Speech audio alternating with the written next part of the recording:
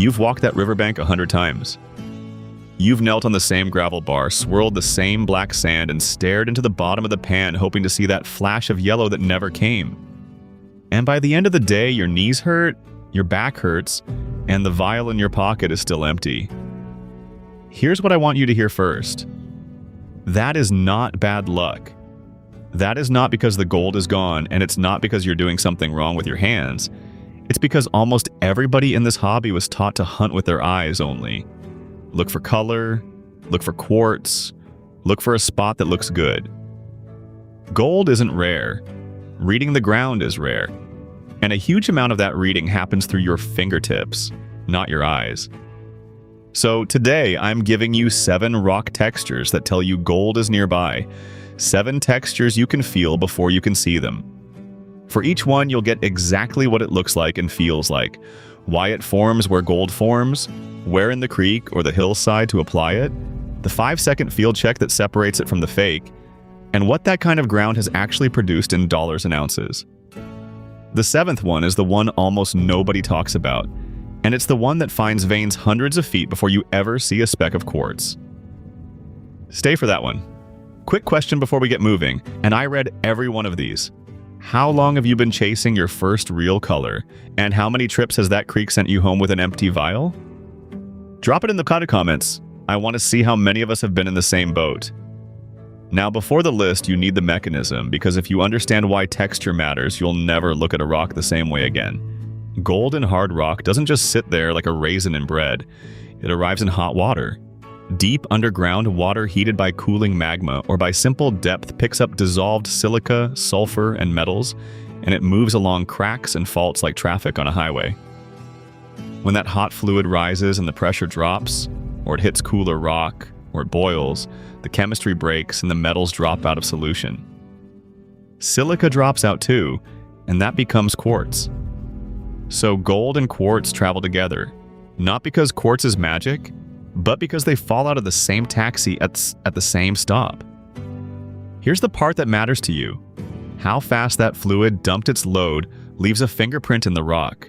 Slow, calm, cool deposition makes bland, glassy, boring quartz. The barren white stuff you've thrown at the truck 1,000 times. Violent, repeated, boiling deposition makes texture. Bubbles, cavities, bands, shattered fragments, cemented back together, crumbly, rusted zones where sulfides used to be. Texture is the record of chaos, and gold loves chaos. That's why a blind man with good hands could sometimes outperform a sighted man with a lousy education in geology. Your fingers can detect roughness, grain, ribs, greasiness, crumble, and heft, often faster than your eye can process what it's looking at. 7 textures. Let's start with the one that fools the most people. Number 1 is sugary quartz, and this one shocks people because they've held it and tossed it. Milky white quartz, the kind you've been told to look for, is often the deadest rock on the mountain. But run your thumb across a broken face of sugary quartz and it feels like fine sandpaper, or like a sugar cube, faintly gritty, with thousands of tiny crystal faces catching the light. Sometimes you'll feel little open pockets, pits, and hollows. Those are vugs. And inside some of them, you'll feel sharp little crystal points like the inside of a geode. Color runs from dull gray-white to smoky to cream with rust staining in the pits. Why does that texture mean something? Because that grainy, cavity-riddled structure forms when the fluid boiled. When hot water boils underground, gas escapes fast. The chemistry crashes almost instantly and gold precipitates in a hurry. The bubbles leave the vugs. The rushed crystallization leaves the sugary grain. Glassy quartz is quartz that had all the time in the world. Sugary, vuggy quartz is quartz that panicked. Nevada's Comstock lode, which produced somewhere around 8 million ounces of gold and far more silver in its life, is full of this boiling signature. And the same rule holds in low sulfidation districts all across the Great Basin. In the field, hunt sugary quartz and float first, the loose chunks working their way downhill from a vein. Walk the gullies, the cut banks, the road cuts, the base of scree slopes. When you find one, break it and feel it. If a piece is gritty on the fingertips with rusty pits, put it in the bag. The beginner's mistake here is exactly what I did for years, keeping the pretty milk-white chunks and dropping the ugly, rusty, grainy ones. I filled a bucket with barren quartz because it looked like the pictures. Feel first. And speaking of ugly, rusty rock, the next texture is the ugliest one on this list, and in the right district, it's the single best sign you can find. Number 2 is boxwork, and if you learn to recognize it by feel, you're already ahead of 90% of the people in the creek. Boxwork is the honeycomb texture. Pick up a rusty brown, orange, maroon, or almost purple-black chunk of rock, and instead of feeling solid, it feels light. Surprisingly light for its size. And the surface feels like a wasp nest or a sponge with sharp edges. Little walls of iron oxide making cells, boxes, empty compartments. Your thumbnail catches on it, it'll crumble a bit and leave a rusty smear on your fingers. Here's the mechanism in one sentence. That rock used to be full of metallic sulfide crystals, pyrite, arsenopyrite, sometimes galena, and gold rode into that system with those sulfides. When the deposit came up near the surface and rain, oxygen, and time got to it, the sulfides dissolved and rusted away, leaving behind their empty crystal molds surrounded by iron oxide walls. That's the honeycomb. The gold, though, does not dissolve and wash away like the sulfur does. It stays. In many oxidized cap zones, geologists call the whole thing a gossan. The gold actually gets concentrated because everything around it left. Whole districts were found this way. Old-timers called it iron hat, and they knew that a rusty, spongy outcrop was a bank vault door. In the field, look for boxwork on ridgetops, on outcrops that stand a little proud of the hillside because iron oxide is tough, and in the coarse float below them. And if you're a plaster guy, listen. Rusty, spongy fragments in your gravel mean a load is up the drainage, and the gold shed off that load is in the creek below. The rookie mistake with boxwork is walking past it because it looks like plain old rusty dirt rock, or worse, assuming that rusty means iron ore and nothing else. Rust in the right form is the fingerprint of destroyed sulfides. And that brings up our villain, because this is right where fool's gold shows up to ruin your day. Let's deal with the imposter now, because he's going to keep showing up. Pyrite. Fool's gold. Brassy. Pale. Sitting in a cube or a cluster of tiny, glinting specks that make your heart jump when you're 8 inches deep in a bedrock crack. Here's the 5-second check, and you don't need a lab. First, shade it with your hand. Gold stays bright, buttery yellow in shadow. Pyrite goes dull, gray, and lifeless the second the sun comes off it. Second, poke it with the tip of your knife or a sewing needle. Gold is soft and malleable. It dents, bends, and smears. Pyrite is brittle and hard. It shatters into brassy powder. Third, if you carry a piece of unglazed porcelain, a scrap of tile back or the bottom of a coffee mug works, drag it across. Gold leaves a yellow streak. Pyrite leaves a greenish-black streak. Mica does the same trick from a distance, those bright flakes shimmering in the pan, but mica floats, flexes, and crumbles into flat sheets between your fingernails. Gold sinks like a brick and takes a dent. 5 seconds. Learn it and you'll stop wasting weekends. Quick pause here because it matters. Everything I just walked you through, and dozens more field tricks like it, is inside the Gold Prospector's Bible, 2026 edition. 50 field-tested tricks to stop getting skunked. Written for people who dig on weekends, not for people with a geology degree. And right now it comes with the 30-day skunk-proof roadmap completely free. A step-by-step 4-week plan to pick your ground, test it smarter, and put your first real color in the vial. Link is in the description. QR code is on your screen. This is the season you stop guessing where the gold is. Now, back to the rocks. Number 3 is ribbon quartz, and it might be the single most beautiful texture in gold country. Run your thumb along a weathered face and you feel ridges, parallel lines, bands, faint corduroy running the length of the piece. On a fresh break, you'll see it clearly. White quartz layered with dark gray, black, or greenish stripes, sometimes hair-thin, sometimes a 1/4 inch wide, stacked like plywood.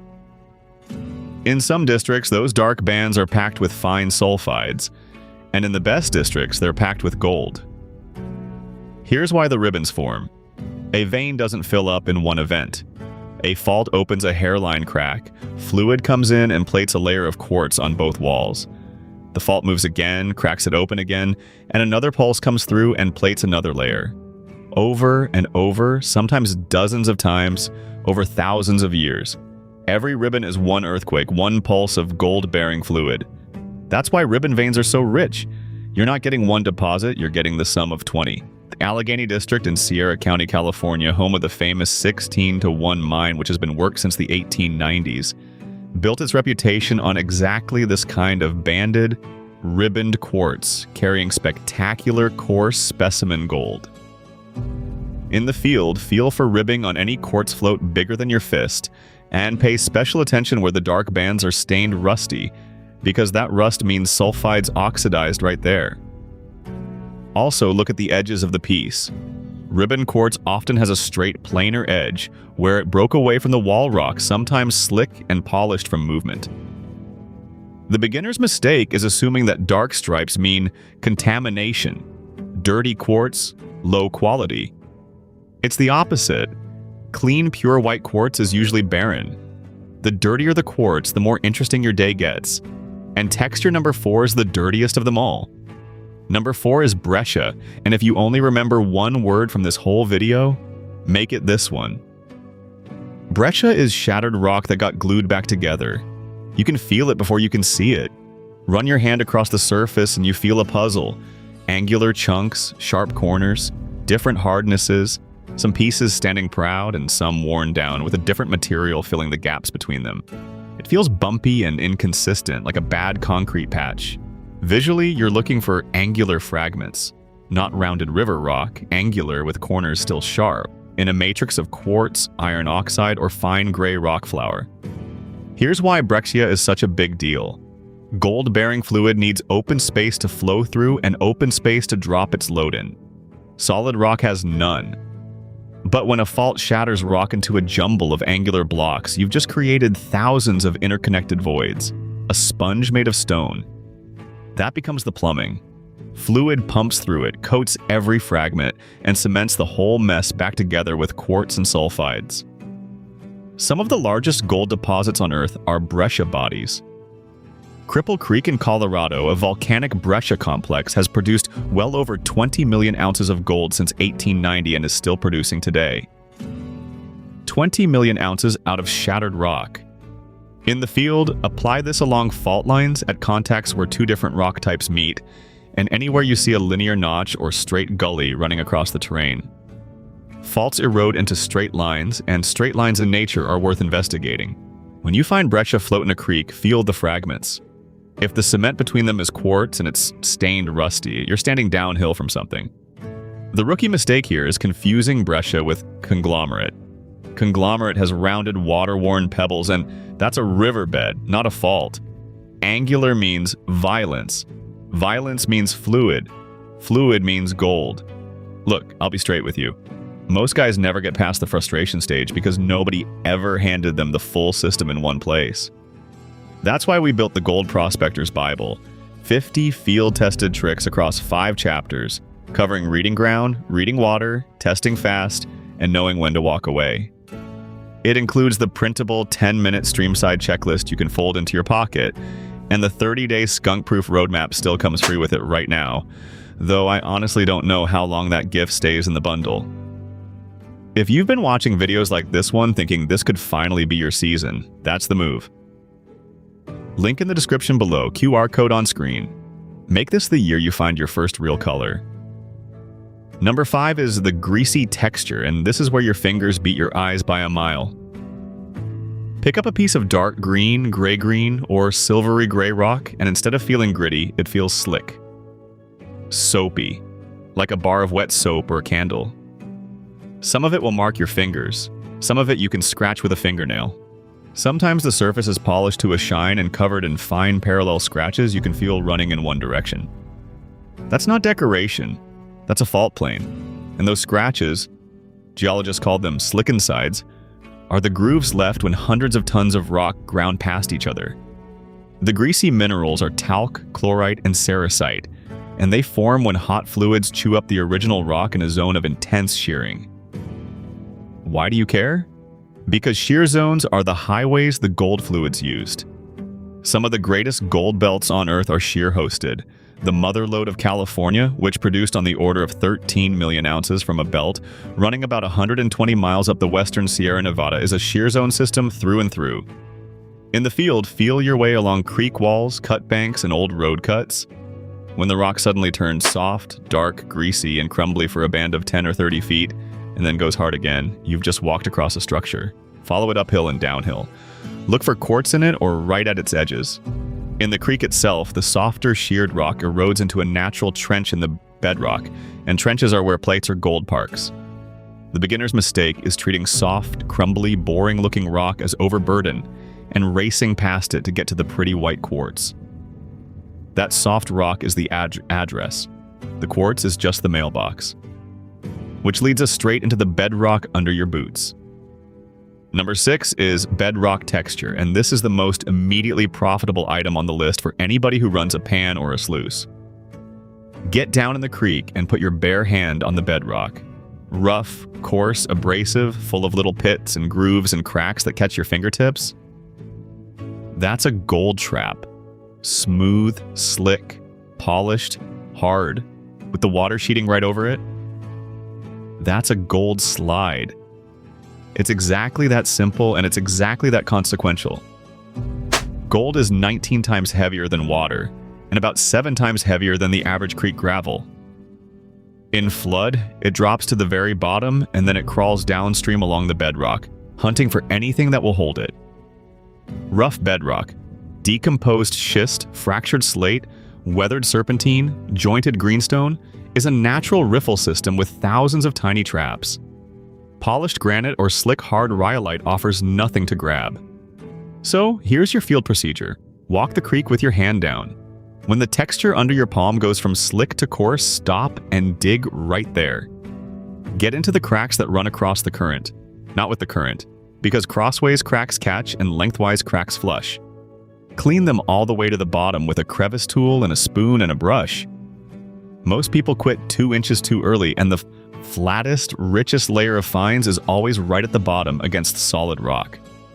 Check in side bends where the water slows, the downstream side of large boulders, the head of the gravel bar rather than the tail, and any clay layer because clay is false bedrock and gold sits on top of it.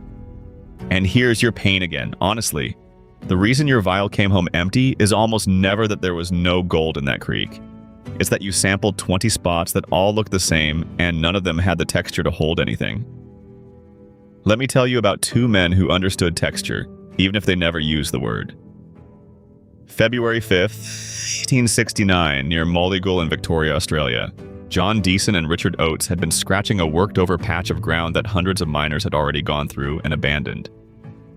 Deason was prying at the roots of a stringy bark tree with a pick when it clanged on something an inch or 2 under the surface. He thought it was a horseshoe. It wasn't. It was the welcome stranger, the largest gold nugget ever recorded, around 72 kilograms, roughly 158 pounds gross weight, trimmed and refined down to something over 2,280 troy ounces of gold. They had to break it apart with hammers on an anvil because no scale in the town of Denali was big enough to weigh it whole. The bank paid them somewhere in the neighborhood of 9,000 to 10,000 pounds, a fortune that would run into the millions of dollars today. And here's the lesson, because this is not a story about luck. That ground had been walked over by hundreds of experienced men. It sat 1 to 2 inches below the surface. What Deason and Oates had was patience in a place where the rock, the ironstone, and the shattered quartz reefs told them gold belonged, and they worked ground that everyone else considered finished. Everyone else was looking, they were reading.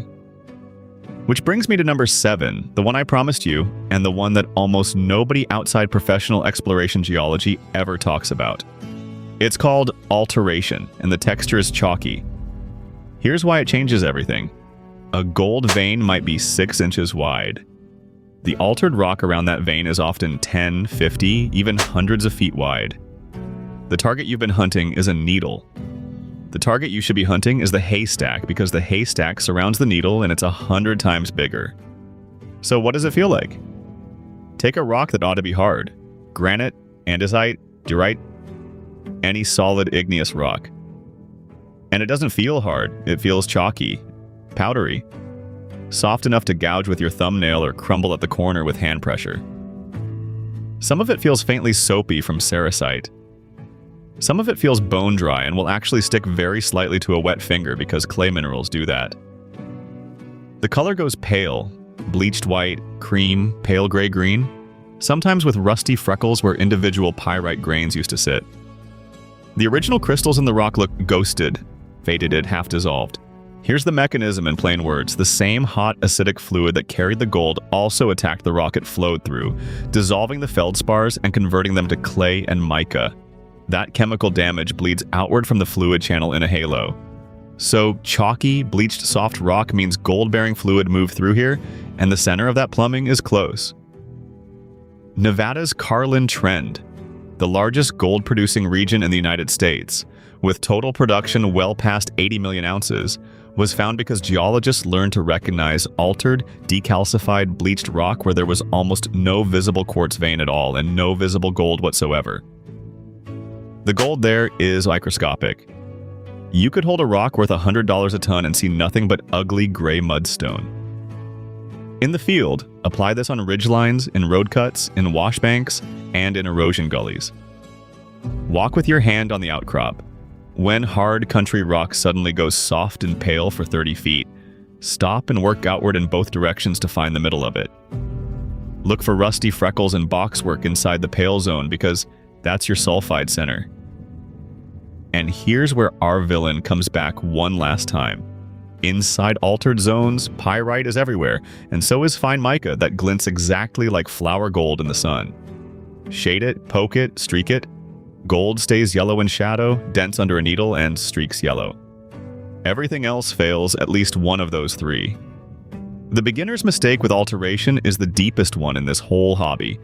The belief that if you can't see quartz, there's nothing there. Some of the biggest deposits ever found in this country have almost no quartz, you'd notice, and their surface signature is nothing but soft, pale, chalky rock that 99 people out of 100 walk right over on their way to a pretty white boulder that has never carried an ounce of anything. So here's my question for you, and I genuinely want to know, which of these 7 have you already picked up in the field?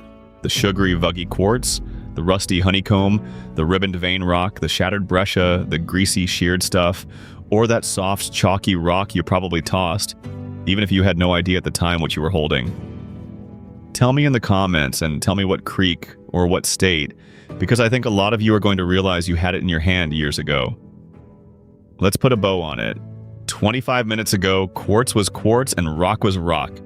Now you can walk a bank with your hand out and feel the difference between sugar and glass, between honeycomb and plain rust, between ribbons and blank white, between shattered breccia and rounded conglomerate, between greasy, sheer rock and solid country rock, between bedrock that traps and bedrock that lets everything slide by, and between hard, fresh stone and the pale, chalky halo that surrounds almost every gold system on Earth. You know the 5-second check that kills pyrite and mica dead. You know that dirty quartz beats clean quartz, that angular beats rounded, that soft can beat hard, and that the ugliest rock on the hill is very often the one worth carrying home. That is a completely different way of hunting, and it doesn't cost you $1 in new equipment. It costs you the willingness to slow down and touch the ground. If this helped you, hit subscribe, because the next time you walk a riverbank, I don't want you to be the person who steps over a fortune and keeps walking. And that's exactly what happens when nobody ever taught you what the rock was trying to say. Next time out, we're going deeper on the water itself. The 6 spots in every creek where gold parks, and the one that produces more than the other 5 combined, including the one most people wade straight through without ever looking down. Until then, take your time, keep your hand on the rock, and check the ugly stuff twice. Good luck out there, gold hunter.